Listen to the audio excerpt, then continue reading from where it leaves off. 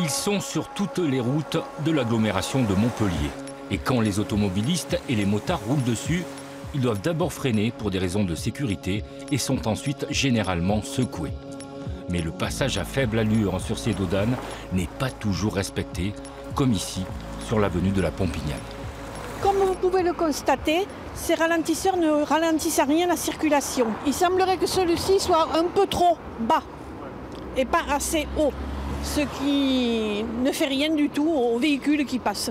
Pas efficace, mal placé et souvent pas aux normes. La métropole a décidé de lancer un état des lieux sur ces 2200 ralentisseurs installés dans les 31 communes de l'agglomération de Montpellier pour protéger les piétons. Cet audit, ce qu'il faut savoir, c'est qu'il est lancé suite à une concertation avec nos experts de la route, avec qui nous aimons travailler, la FFMC 34, donc la Fédération des motards, que nous avons l'habitude de rencontrer, qui nous ont sensibilisés et alertés sur certains points, et notamment ceux liés à la sécurité des deux roues motorisés, et en particulier sur les aménagements destinés à ralentir les véhicules. Alors ici on aborde les ralentisseurs les plus dangereux avec bien entendu des pavés au sommet. En cas de freinage, ça ne pardonne pas.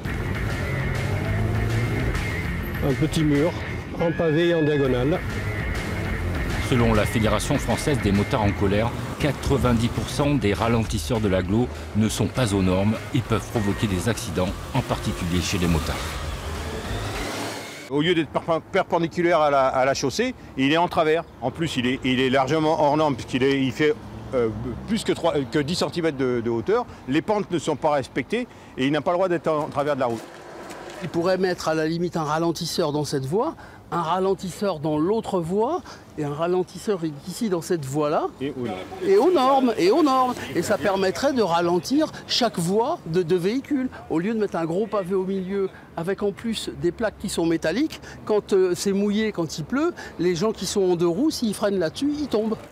Autre point sensible sur lesquels la métropole et les motards en colère sont d'accord, les ralentisseurs trop hauts provoquent une pollution importante et augmentent considérablement les nuisances sonores. Des solutions pour mettre aux normes les ralentisseurs existants ne manquent pas. Rabotage, panneaux de signalisation ou chicanes, tout sera étudié dans les moindres détails. Les travaux devraient commencer début 2020.